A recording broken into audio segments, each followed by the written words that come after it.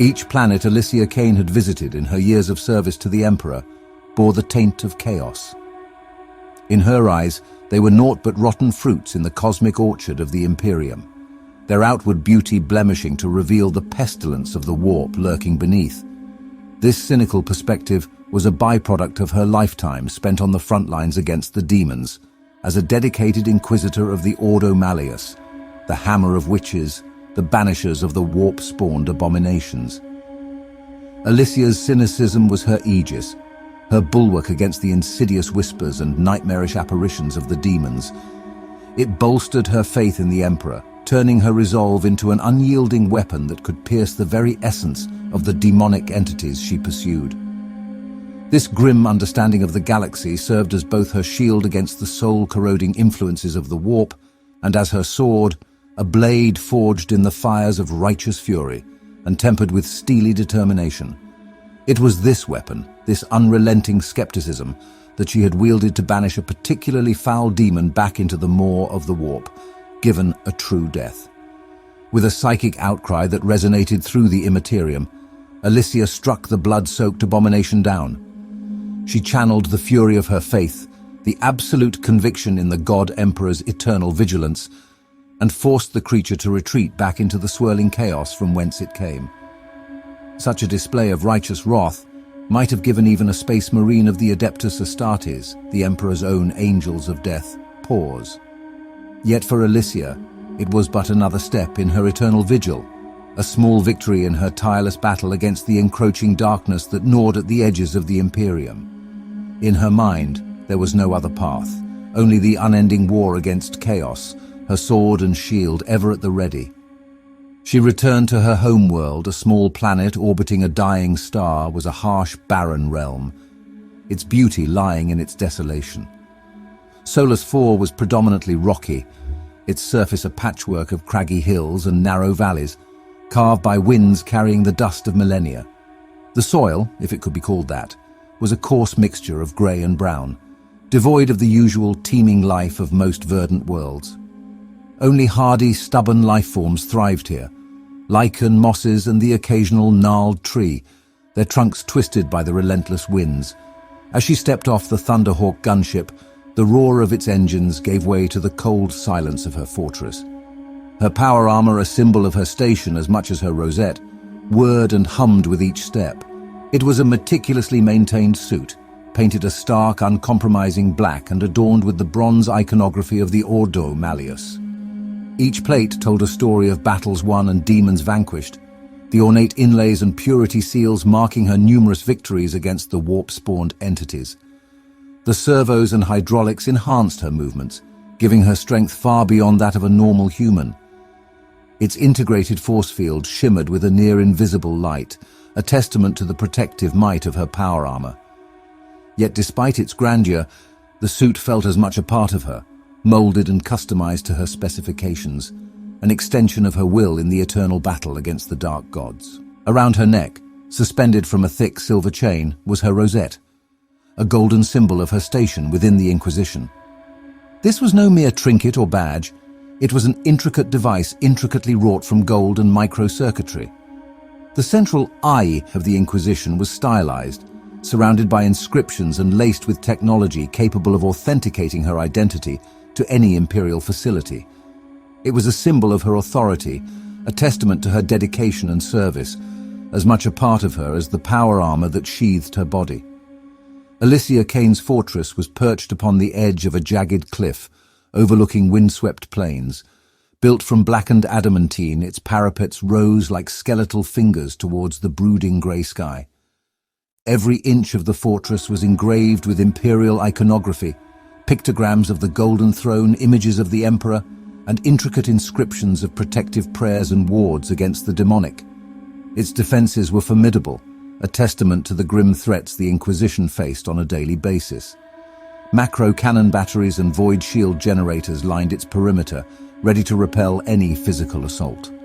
But it was the psychic wards, the intricate network of runic arrays and pentagrammic seals imbued into the very stone, which gave the fortress its real protection.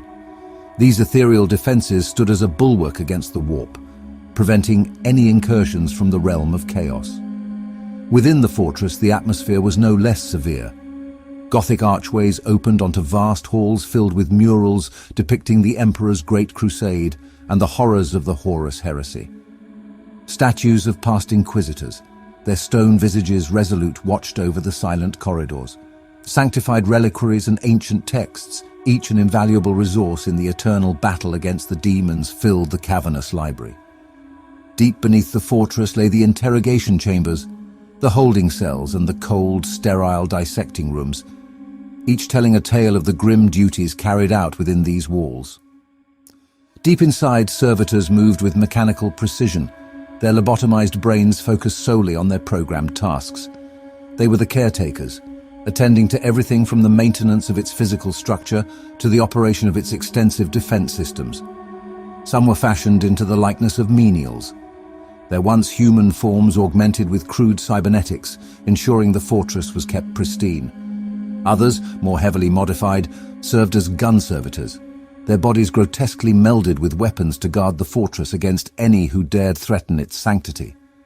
Yet for all their numbers, they did not disturb Alicia's solitude. The servitors lacked personality, their human individuality wiped away and replaced with mindless obedience. They did not speak, save for the occasional murmur of binaric cant as they communicated amongst themselves. Their presence was like that of the fortress's many automated systems. Silent, unobtrusive, efficient. Alicia was alone in her fortress, surrounded only by the echoes of her own thoughts and the ceaseless industry of the servitors. Her personal chambers were a sanctuary amidst this monument to war. Memorabilia from past battles and investigations were displayed with reverence, alongside relics of the ecclesiarchy and the personal correspondence with members of the Ordo.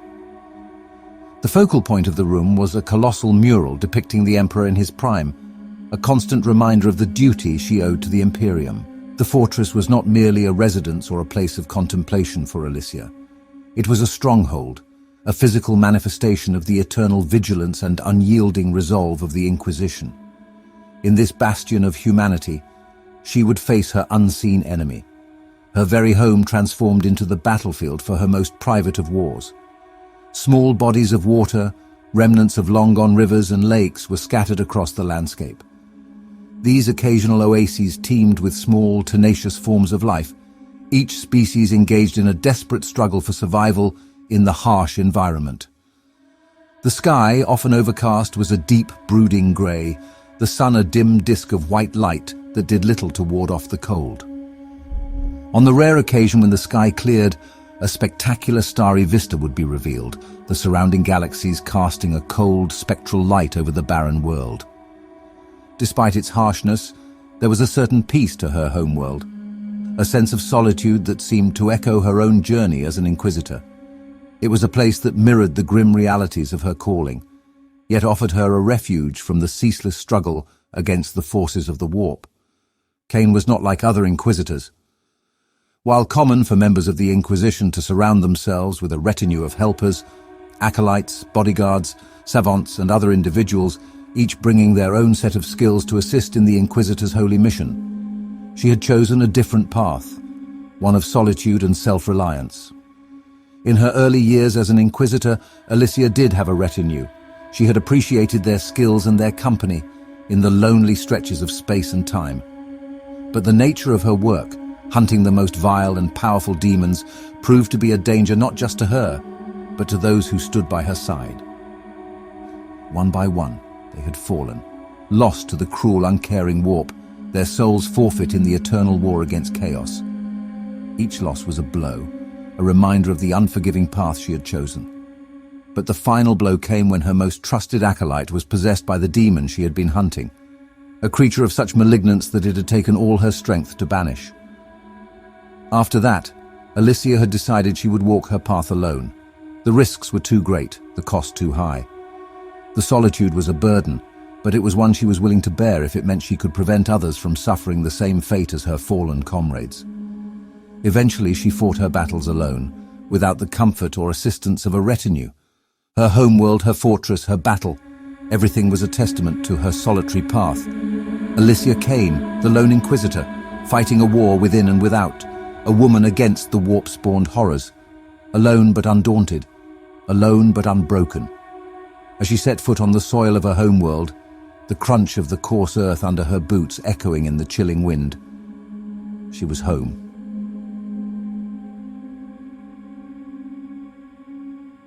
The first night back in her fortress, she could not sleep.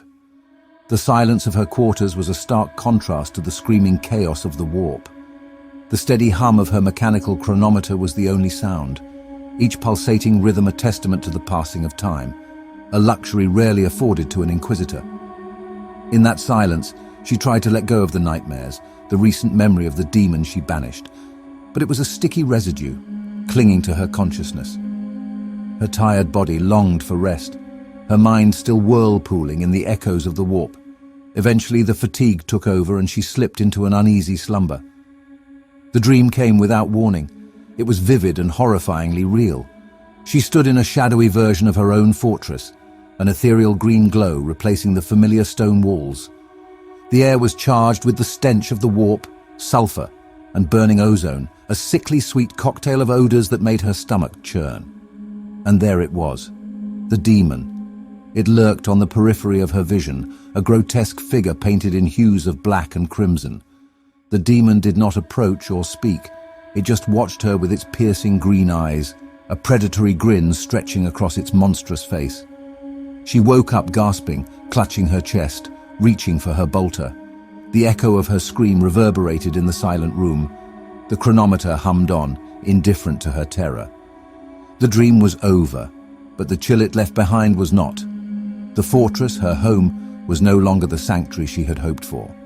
It was now another battlefield, a staging ground for a war she had thought ended, but was only just beginning. Her first night back had ended, but her nightmare was just beginning. The morning after was a cold, desolate one. The harsh winds of her homeworld blew against the fortress, carrying with them the dust and echoes of an unending battle. Alicia emerged from her quarters, the night's terror still clinging to her like a shroud. Despite the chill, she ventured out into the barren landscape, seeking solace in the solitude. Her feet crunched on the coarse soil, each step echoing in the vast expanse of nothingness. Her power armor providing a semblance of warmth against the bitter cold. Adjacent to the fortress, a small shrine stood defiantly against the harsh elements. It was a humble monument, its stone figure weathered but unbowed, dedicated to the immortal emperor of mankind. The shrine, as desolate and grim as its surroundings, was a silent beacon of faith in this forsaken land. Near the shrine, a shallow depression in the ground had collected rainwater from the recent storm, forming a small, grimy puddle. Alicia approached it, her eyes drawn to the still water, its surface mirroring the grey, overcast sky above. As she looked down, her own reflection greeted her, a stern, battle-hardened face framed by the austere landscape. The power armor was as much a part of her now as her own skin, its black, rune-inscribed surface glinting ominously in the dim light. And then she saw it. A flicker in the puddle, a grotesque form superimposed over her own. The demon, its monstrous face grinning back at her, the green eyes glowing ominously. With a gasp, Alicia instinctively reached for the holy bolt pistol at her side, her fingers wrapping around its cold, familiar grip. She spun around, the weight of the gun providing a tiny comfort against the terror seizing her. But there was nothing. The desolate landscape was as it had been, cold, grim, and completely devoid of life. The wind howled, whispering tales of battles past. The puddle remained silent, the demon's reflection now absent. The realization that her mind was playing tricks on her was not a comforting one. Her heart pounded in her chest, the echo of the demon's grin etched onto her mind. The war she fought was no longer against the demons of the warp.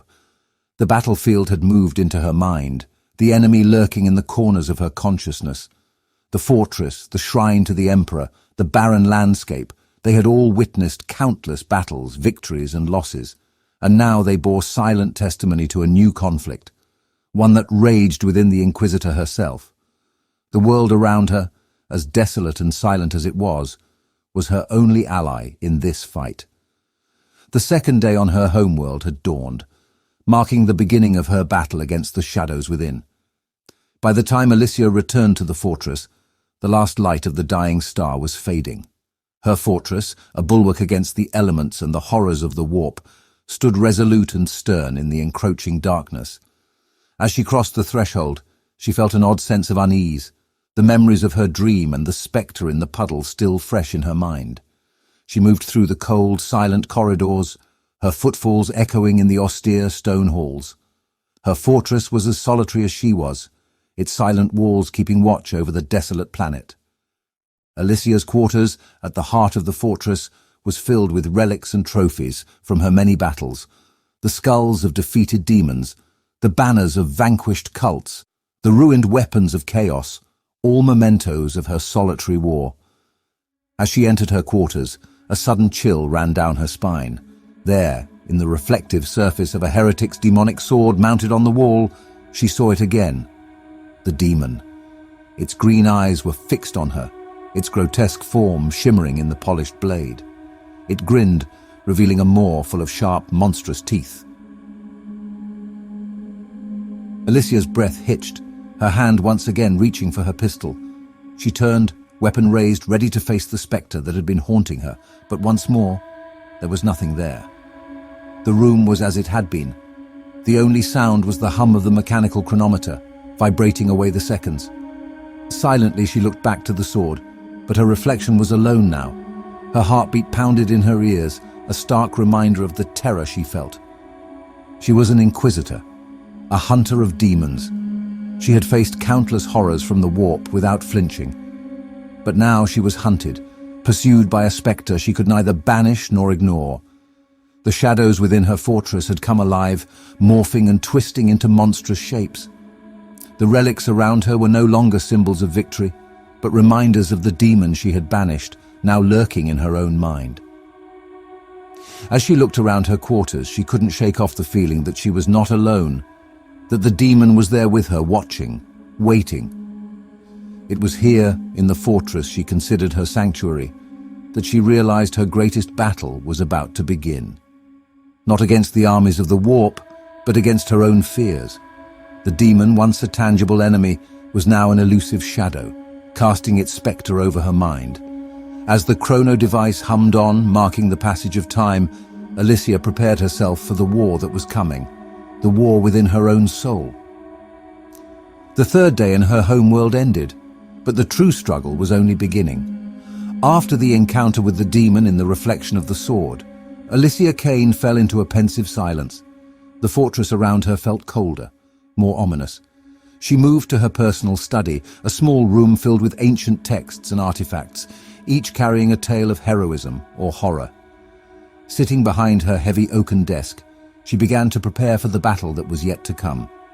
Her eyes flitted over the worn pages of the Liber Daemonica, the ancient sacred text that served as a guide and a weapon for every demon hunter. The old parchment was filled with tales of demons who could infiltrate the minds of their victims, haunting them even from within the warp. The thought sent a shiver down Alicia's spine, the ink-blot shadows on the page seeming to dance and whisper secrets to her. Her meals were forgotten, her sleep disrupted by the continual haunting of the demon. Time ceased to have meaning. The vibration of the chronometer became her only connection to reality. She became a figure of shadows, her form barely visible in the dim light of her fortress, her eyes reflecting the torment of her solitary struggle. Her research into the demon's nature revealed truths she wished she had never uncovered. It was a predator of the mind, an entity that feasted on fear and self-doubt. Its mere presence had already tainted her, and the grim reality became clear. She could not simply banish it, she had to destroy it entirely. Driven by desperation and determination, Alicia confronted the demon within her own psyche, a battle unseen by anyone else. It was not fought with bolters or holy seals, but with willpower and faith. Time dialed inside her mind, a struggle between her sanity and the insidious whispers of the warp entity. Finally, she was ready. She retreated into the depths of her mind, her consciousness descending into a dreamscape of her own creation. This was her territory, her domain. The demon was a trespasser, an invader, and she was the gatekeeper. She fought it with everything she had, each memory, each thought turned into a weapon against the intruder. The battle was fierce, an intimate and private war where each blow struck close to her very soul. Alicia was relentless, her determination and faith unwavering as she pushed the demon back.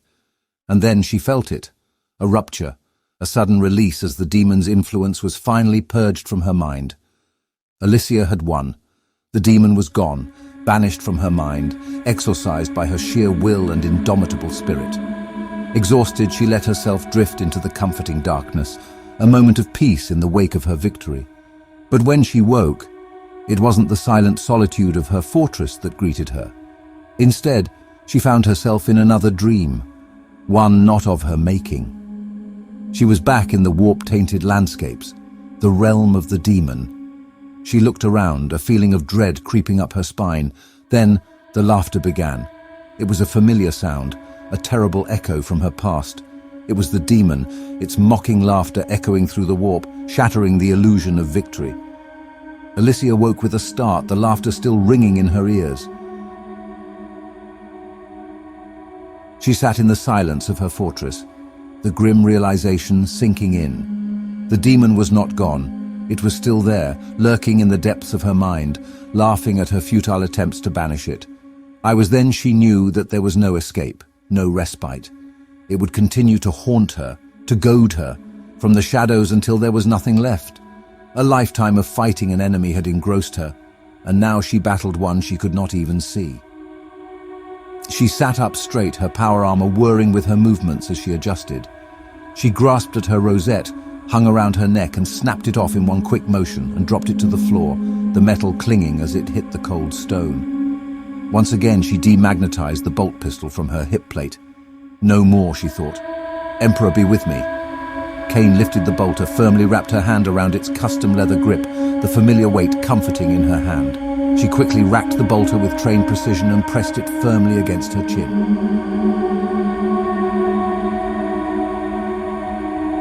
No more, she thought. She was alone and broken.